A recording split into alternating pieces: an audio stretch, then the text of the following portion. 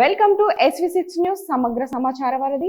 SV6 news లో top 6 news. Congress కు రోజులు దగ్గర పడ్డాయి అంటున్న కేసీఆర్.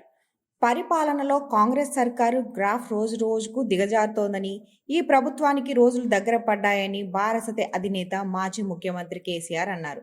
కాంగ్రెస్ ప్రభుత్వంపై 6 నెలల్లో ప్రజల్లో తీవ్ర అసహనం, అసంతృప్తి వ్యక్తమవుతున్నాయని, సాధారణంగా ఏ కొత్త ప్రభుత్వం అయినా ఇంత వేగంగా వ్యతిరేకత వ్యక్తం కాదన్నారు. గత అసెంబ్లీ ఎన్నికల్లో ఓటమి చాలా చిన్న విషయమైనప్పటికీ రాష్ట్రంలో ఎన్నికలు జరిగితే మళ్లీ వారాసనే అధికారంలోకి వస్తుందని కేసీఆర్ తెలిపారు. బస్ యాత్రలో మంచి ఫలితాలు రావాలి, ఎంతవరకు వస్తామో చూద్దాం. ఎట్లా వచ్చినా బాధ లేదు. మనకు 11 అయితే పొంగి చేసేది లేదు, 2, 3 అయితే కుంగిపోయేది లేదు. ఎట్లా వచ్చినా పరిస్థితి ఎట్లా ఉన్నా తెలంగాణ రక్షణ కవచం బీఆర్ఎస్. అరుణాచల్లో మళ్లీ కమల వికాసం, 46 స్థానాల్లో భాజపా జయవేరి. సిక్కింలో ఎన్కేఎం అఖండ విజయం, 32 సీట్లలో ఏకంగా 31 దాటి ఖాతాలోకి. భారత రాష్ట్రమైన అరుణాచల్ ప్రదేశ్లో భాజపా ప్రభంజనం సృష్టించింది. తాజా అసెంబ్లీ ఎన్నికల్లో ఘన విజయం సాధించింది. వరుసగా 3వ ప్రభుత్వాన్ని ఏర్పాటు చేసేందుకు సిద్ధమైంది. రాష్ట్రంలో మొత్తం 60 స్థానాలుండగా కమలనాథులు 46 చోట్ల విజయాన్ని సాధించారు.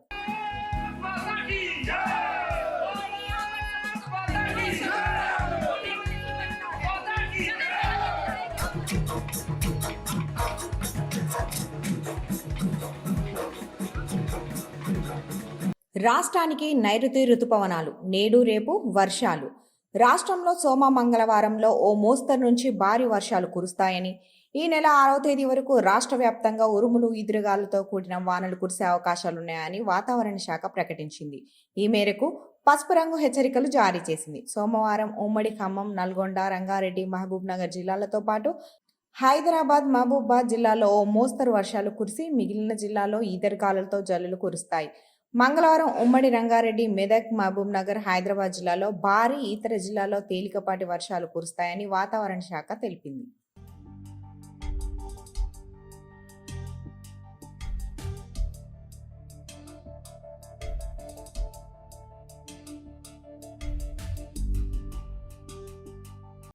అంబరాన్నంటిన దశాబ్ది ఉత్సవాలు.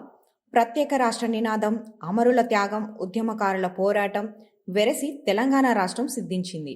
ఆ స్వప్నం నెరవేరి 10 ఏళ్లు పూర్తయిన సందర్భంగా ఆదివారం నిర్వహించిన దశాబ్ది సంబరాలు అంబరాన్నంటాయి. గన్ పార్క్లోని అమరవీరుల స్తూపం వద్ద ముఖ్యమంత్రి రేవంత్ రెడ్డి, పలువురు మంత్రులు నివాళులు అర్పించారు. అనంతరం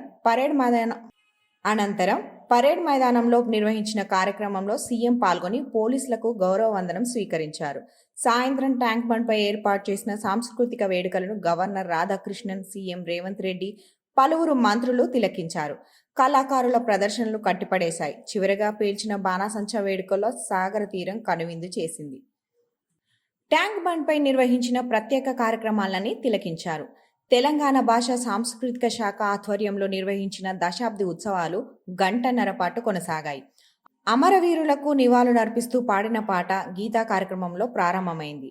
సాంస్కృతిక వేడుకల్లో భాగంగా చేపట్టిన మహిళా, పురుష కళాకారుల డప్పు, ఘటం, ఒగ్గుడోలు విన్యాసాలు, బోనాలు, కోలాటం, గుస్సాడి నృత్యం, చిందు, యక్షగానం, బతుకమ్మలు, తరతరాల చరిత గల తల్లి నీరాజనం, తరతరాల చరిత గల తల్లి నీరాజనం, పద పదాన నీ పిల్లలు కడమిల్లిన శుభ తరుణం. జై తెలంగాణ, జై జై తెలంగాణ, జై తెలంగాణ, జై జై తెలంగాణ.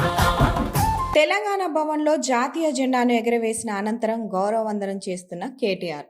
రేవంత్ రెడ్డి అదృష్టవశాత్తు ముఖ్యమంత్రి అయ్యారని, ఆయనకు తెలంగాణ ప్రజల త్యాగాలు, ఉద్యమం గురించి ఏమాత్రం తెలియదని బారాస కార్యనిర్వాహక అధ్యక్షుడు కేటీఆర్ విమర్శించారు.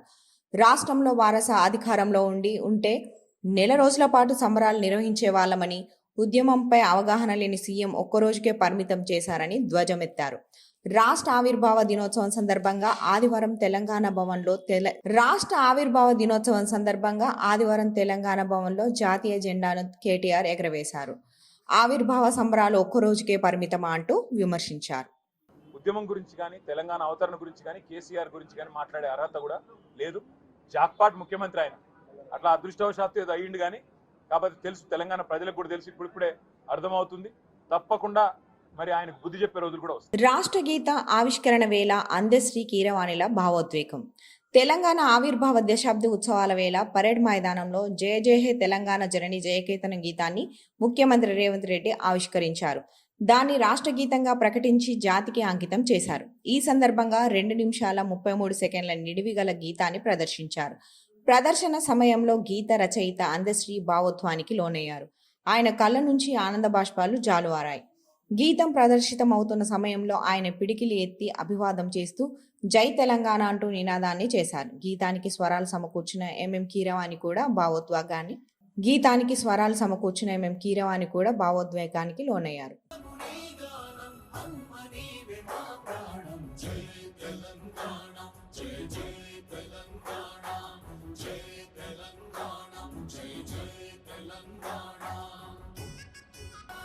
ప్రతిదినమది తెలంగాణ ప్రజల కలలు పండాలి. జై తెలంగాణ, జై జై తెలంగాణ, జై తెలంగాణ, జై జై తెలంగాణ, జై తెలంగాణ, జై జై తెలంగాణ.